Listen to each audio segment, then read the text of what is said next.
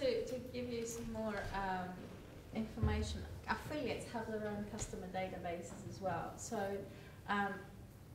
everyone risks damaging their brand when the information provided is inaccurate. The affiliates, you know, could you imagine, you know, the big price comparison sites having inaccurate prices all over the place?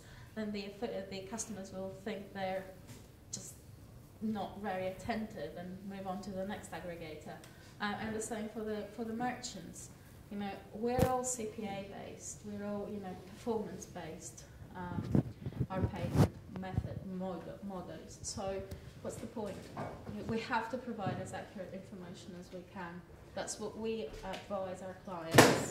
That's what affiliates need, and that's what you should need as merchants: accurate information, correct portrayal of your brand through the information provided on your affiliate sites. A lot of the complaints don't just come from users when there's things like pricing issues as well. We get a lot of complaints from other merchants as well, particularly for quite high competition verticals.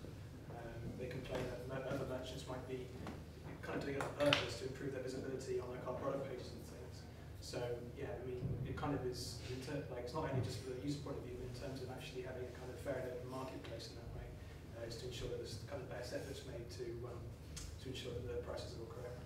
Merchants being cheeky? Really? Surely not.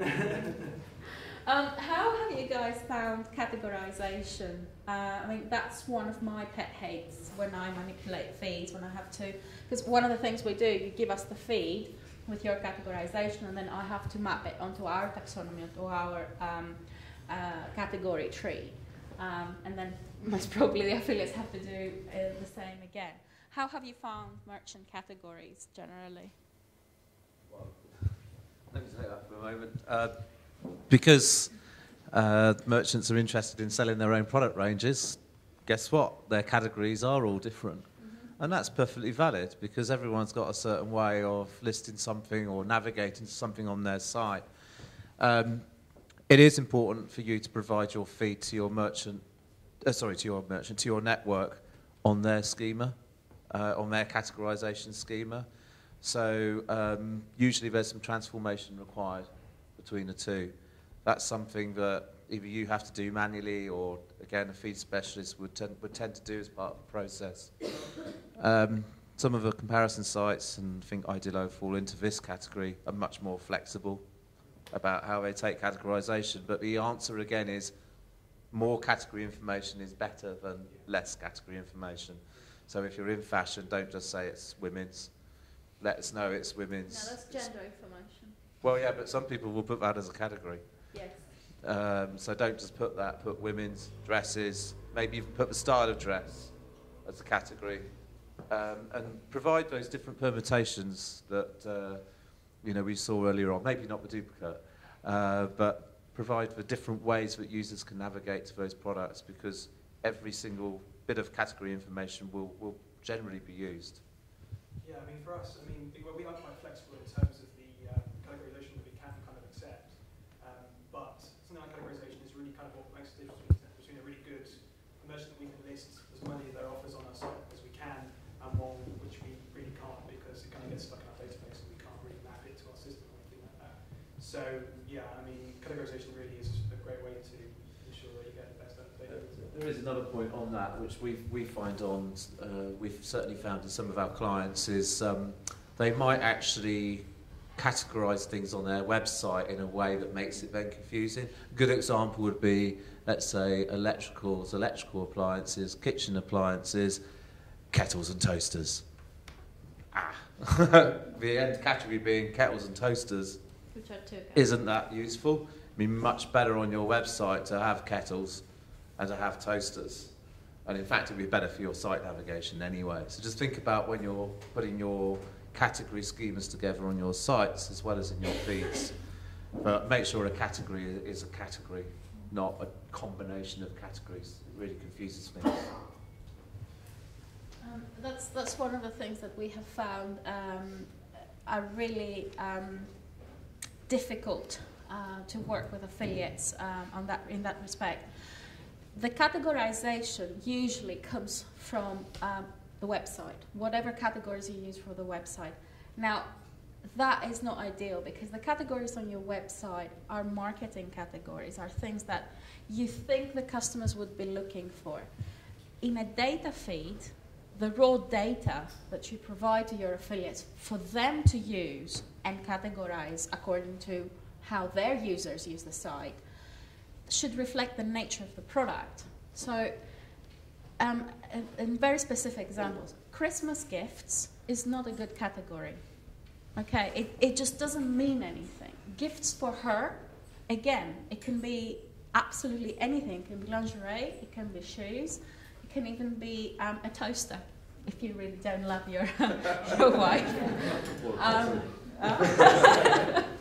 So it has to reflect the nature of the product, okay? This is very, very important, and this is something that we're having a huge problem getting the merchants to change because most of the feeds come from the database which powers up the website. So one of the things that we advise our merchants is to start creating multiple categories in their own database, flag the products up in a variety of different ways, and then choose which of those flags you're going to output for which channel. So different categorization for affiliates, different categorization for your product, different categorization for your from your warehouse.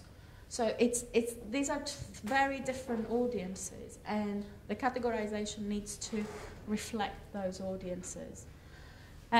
Drilling down as low as possible without being pedantic, as David mentioned, you know, one product per category, but still intuitive enough and informative enough as a category.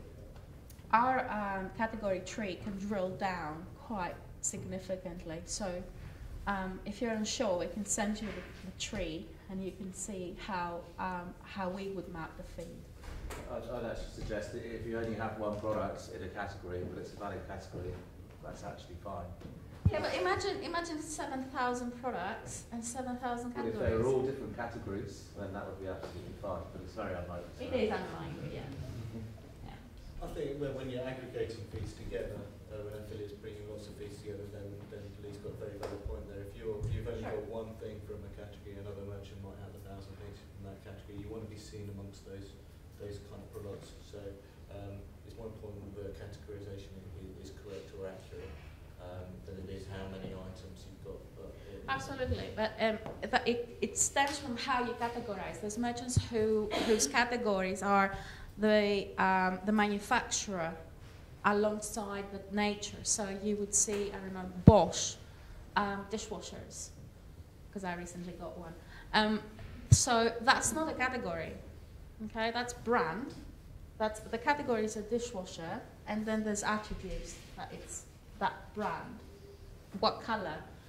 White, black, etc. So, especially in fashion, are there any fashion clients here? Any? Okay. What we see in fashion is that the attributes become products, as Luke was saying earlier. Sizes and colors are part of one product. Okay. And we find a lot of our clients using SKU units as their product ID, the unique identifier, because in fashion, obviously, we don't have EANs and MPNs, and we use, most of them use SKUs. The product starts splitting into multiple products based on size and color, which is incorrect. It's just an attribute, especially if the price doesn't change, which it shouldn't. It doesn't matter whether it's black or white. So with color, we can kind of understand because the image will change. So it will appear in the affiliate listings. It will appear as different products. So you can have this shirt in white, in black, in red, in blue, etc. But the sizes just don't make much sense to be individual products. Yep. Two common problems I've come across with categories is first off, one company we advertise for do supply fishing equipment. Okay. But some of this falls into multiple but very different categories, which we want to promote it in both to give it as much exposure as possible. So, for instance, you know, fishing clothing. You know, obviously we want that to come under outdoor sports, fishing equipment or fishing apparel, but then also some networks we found just have like sports equipment, sports, and then, you know, fishing like for so it's not maybe the best example, but some that come under multiple categories, so fishing equipment and clothing. Yeah. And then the other problem I've found is another company we work for is a very niche product. I don't really think there's anything else quite like it in the market. To give a brief example, it's basically flowers within a birthday card, so you get the thing that's 3D. And it's again difficult to map that as a category, because does it come under cards or flowers? You know.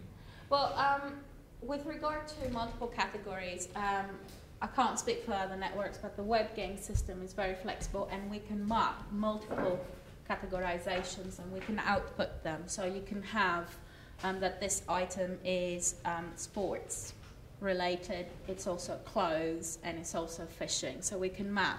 If you provide us 3 categories, we can map the 3 categories and output 3 categories. So the affiliate can choose which one they prefer to list it under. With regard to niche categorization, you know, if you're having problems categorizing, then everyone, you know, if the merchant doesn't know what category to use, then everyone will have that. Our system is flexible enough for us to be able to add new categories. So if you need something that's not there, just let us know and we can convince our developers to upgrade the system. But yeah, we are very flexible. We do have more and more niche merchants coming on board, and we need to be flexible enough to accommodate. So it's not a problem.